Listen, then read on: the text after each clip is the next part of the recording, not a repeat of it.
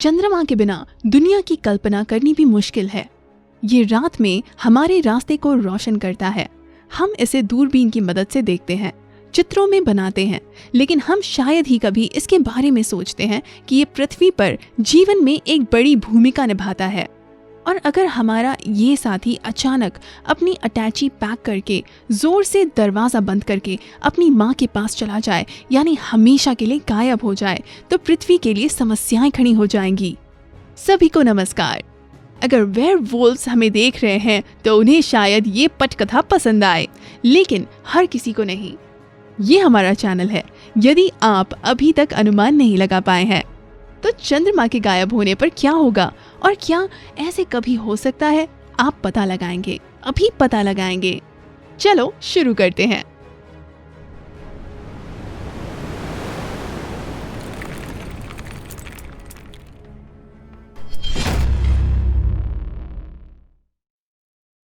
चंद्रमा की उत्पत्ति। आइए पहले तो ये सोचते हैं कि हमारे नियंत्रण में ऐसा अद्भुत साथी आया कैसे। इस बारे में भी कई अलग अलग मत हैं। बेटा, सेंट्रीफ्यूगल शक्ति के कारण चंद्रमा प्राचीन पृथ्वी से अलग हो गया था। जीवन साथी, ऐसा मानना है कि चंद्रमा हमारे ग्रह के पास से गुजर रहा था और पृथ्वी ने इसे अपने गुरुत्वाकर्षण क्षेत्र में जकड़ लिया। बहन, इस वर्जन के अनुसार चंद्रमा और पृथ्वी एक ही समय में पैदा हुए थे और एक ही साथ विकसित हुए थे। बिल्कुल किसी परिवार का क्रॉनिकल सा लगता है। हालांकि जाइंट इम्पैक्ट थ्योरी अब सबसे विश्वसनीय मानी जाती है। ऐसा कहना है कि थिया मंगल ग्रह के आकार का एक छोटा ग्रह आकर बेचारी पृथ्वी से टकरा गया, जिसके कारण पृथ्वी के मेंटल का एक हिस्सा इसकी सतह से अलग हो गया। इस पदार्थ ने थिया के मलबे के साथ मिलकर चंद्रमा का गठन किया और जाते हुए हमारी पृथ्वी की एक धुरी को झुका गया। चंद्रमा पृथ्वी पर गिर जाएगा या उड़ जाएगा? चंद्रमा एक स्पाइरल घेरे में पृथ्वी के चारों ओर घूमता है। पृथ्वी के अतीत में यह हमारे बहुत करीब था और अब वो धीरे धीरे दूर जा रहा है। चंद्रमा पृथ्वी के बहुत धीमी गति से दूर जा रहा है, प्रति वर्ष लगभग 4 सेंटीमीटर। तो क्या चंद्रमा इस घेरे से निकलकर भाग जाएगा? नहीं, ऐसा नहीं हो पाएगा। हमारा उपग्रह धीरे धीरे धीमा हो जाएगा और 5 अरब वर्षों में चंद्र की कक्षा का रेडियस अपनी अधिकतम सीमा तक पहुंच जाएगा और फिर चंद्रमा फिर से ग्रह के करीब आना शुरू कर देगा। लेकिन उस वक्त ये उतना महत्वपूर्ण नहीं होगा, क्योंकि उस समय तक सूर्य एक रेड जाइंट में बदल जाएगा। उसके आकार में वृद्धि होने से चंद्रमा और पृथ्वी दोनों ही अपनी कक्षाओं से बाहर निकल जाएंगे। अच्छा, क्या हमारा साथी पृथ्वी पर गिर सकता है? सैद्धांतिक तौर पे हाँ। चंद्रमा और पृथ्वी की अपनी अपनी धुरी पर घूमने की गति कम होती जाएगी और 50 अरब वर्षों में वे म्यूचुअल स्पिन ऑर्बिट रेजोनेंस में घूमने लगेंगे। आसान शब्दों में कहें, पृथ्वी और चंद्रमा एक दूसरे की तरफ हमेशा एक ही पक्ष के साथ घूमेंगे। सेंट्रीफ्यूगल फोर्स, जो पृथ्वी की गुरुत्वाकर्षण शक्ति के खिलाफ काम कर चंद्रमा को पृथ्वी की ओर खींचने से रोकती है, अंततः 65 अरब वर्षों बाद खत्म हो जाएगी और चंद्रमा पृथ्वी पर गिर जाएगा।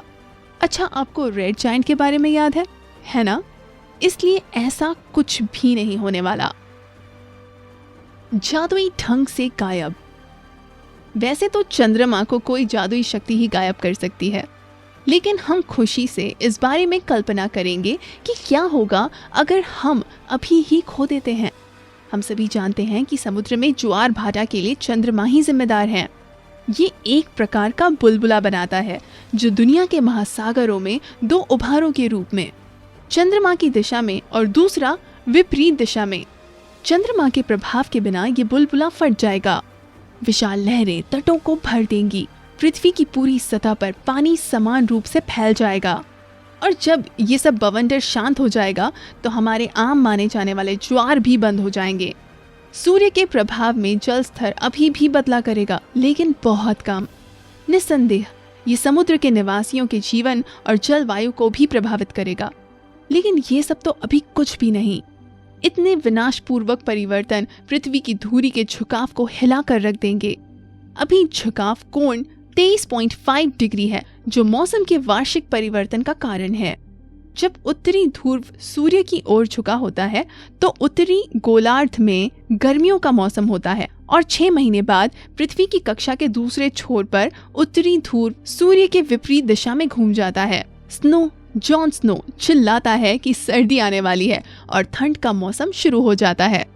यदि चंद्रमा न होता तो धुरी का झुकाव लगभग 10 डिग्री तक बदल जाएगा और पूरी तरह से अनपेक्षित हो जाएगा। ऋतुएं तांडव करना शुरू कर देंगी। गंभीर सूखे के बाद बर्फ गिरने लगेगी। बारिश के बाद गर्मी अचानक जलाएगी। उच्च रक्तचाप से ग्रस्त रोगी और मौसम पर निर्भर लोगों के साथ तो हम सिर्फ सहानुभूति ही रख सकते हैं। पृथ्वी के घूमने की गति और दिन की लंबाई को भी चंद्रमा ही नियंत्रित करता है। अगर चंद्रमा गायब हो जाता है तो न केवल दिन 6 घंटे तक चलेगा, न ही हम सामान्य रूप से काम कर सकेंगे, न ही सो सकेंगे, बल्कि लगातार तूफानी हवाएं चलनी शुरू हो जाएंगी जो अपने रास्ते में सब कुछ ढेर कर दी जाएंगी। सही मायने में कहें तो अगले लाखों वर्षों के लिए मौसम बिल्कुल भी अनुकूल नहीं रहेगा। इसके अलावा बेचारा सूर्य दिन के इन चंद घंटों के दौरान पृथ्वी की सतहों को गर्म करने में असमर्थ होगा, जिसका परिणाम एक हिमयुग होगा। पृथ्वी की धुरी के झुकाव में होने वाले तेज उतार चढ़ाव और रोटेशन की गति में परिवर्तन टेक्टोनिक प्लेट्स को हिला देंगी। बस फिर क्या, दुनिया भर में भूकंप और ज्वालामुखी विस्फोट होने लग जाएंगे। चलो थोड़ा आगे बढ़ते हैं। पृथ्वी कोर में पिघले हुए धातु के संचलन द्वारा इसके चुंबकीय क्षेत्र का गठन होता है। ये तो चंद्रमा ही है जो पृथ्वी की सतह को समतल है और फैलाता है, और ये संचलन कोर को पर्याप्त गर्म रखता है। चंद्रमा के गायब हो जाने से कोर ठंड होने लगेगा, उसका संचलन थम जाएगा और अंत में पूरी तरह जम जाएगा। फिर चुंबकीय क्षेत्र गायब हो जाएगा। ये सब पृथ्वी को कहाँ ले जाएगा? मंगल को जरा ध्यान से देखें। ये 4 अरब साल पहले उसने अपने चुंबकत्व को खो दिया था और एक झुलसा हुआ लाल रेगिस्तान बदल गया था। चंद्रमा के बिना उल्का पिंडों से हमारी प्राकृतिक और महत्वपूर्ण सुरक्षा कमजोर हो जाएगी, मानो आपदाओं से भरे केक के ऊपर चेरी लगा दी हो। लेकिन एक अच्छी खबर भी है। अगर चंद्रमा गायब हो जाता है तो हम तारों से सजे आकाश का अद्भुत नजारा देख पाएंगे। अभी हमारे उपग्रह का प्रकाश उस नजारे को धूमिल कर देता है। उसके बिना हम आकाश में कई और सितारों को आसानी से देख सकेंगे। अरे, इस अद्भुत नजारे की प्रशंसा करना संभव होगा, लेकिन सिर्फ खाद्य पदार्थ के कारण होने वाले युद्धों के बीच। यदि चंद्रमा का कभी अस्तित्व ही नहीं था। आमतौर पर हमारी दुनिया बहुत हद तक ऐसी है क्योंकि चंद्रमा हमारे साथ है। लेकिन क्या होता अगर ये भी कभी अस्तित्व में नहीं होता? क्या तब भी पृथ्वी पर जीवन इतना विविध होता है जितना अब है? क्या हम सभ्यता की इतनी ऊंचाइयों तक पहुंच सकते थे? यदि जाइंट इम्पैक्ट हाइपोथेसिस सही है तो इसका मतलब ये हुआ कि अगर ऐसा नहीं हुआ होता तो पूरी पृथ्वी की पपड़ी एक जगह पर ही रहती और टेक्टोनिक प्लेट जैसी कोई चीज नहीं होती। पृथ्वी की एक अखंड सतह होती, और इसका मतलब है पहाड़ और टीले नहीं होते। सोना, प्लैटिनम, इरिडियम जैसे मूल्यवान धातु अभी तक हमारे लिए उपलब्ध नहीं होते। थिया के पृथ्वी के साथ टकराने से उसकी सतह से ये बहुमूल्य धातु पृथ्वी के मेंटल में फंस गए, जिसके बाद भूकंपीय गतिविधियों ने उन्हें सतह के करीब फेंक दिया और हम उन्हें निकालने में सक्षम हो पाए। इन धातुओं के बिना सुंदर झुमके या अंतरिक्ष यान के बारे में सोचना भी संभव न होता। तो क्या पृथ्वी पर कोई ऐसा होता जो गहने पहनकर रॉकेट को अंतरिक्ष में लॉन्च करता? इस प्रश्न का उत्तर देना बहुत ही कठिन है। ऐसे प्रतिकूल ग्रह पर बिना किसी स्थिर मौसम के, जहाँ तूफानी हवाएं बहती हों और उल्का पिंडों की बमबारी होती रहती हो, यदि कोई जीवन पैदा भी हो जाता तो उसका विकास बिल्कुल ही अजीबोगरीब तरीके से होता। समुद्र के ज्वार और भाटे के बिना समुद्र के निवासियों जमीन पर निकलना शायद ही मुमकिन हो पाता और अधिक जटिल जीवन रूपों की उत्पत्ति की संभावना बहुत कम होती। इसका मतलब है कि मानव जाति शायद ही मौजूद हो। यदि हम पैदा भी हुए होते तो हो सकता है हमारे पास पूंछ, गिल्स और पंख होते। ऐसे जीवों को शायद इंसान कहना मुनासिब भी न होता। आज के लिए बस इतना ही।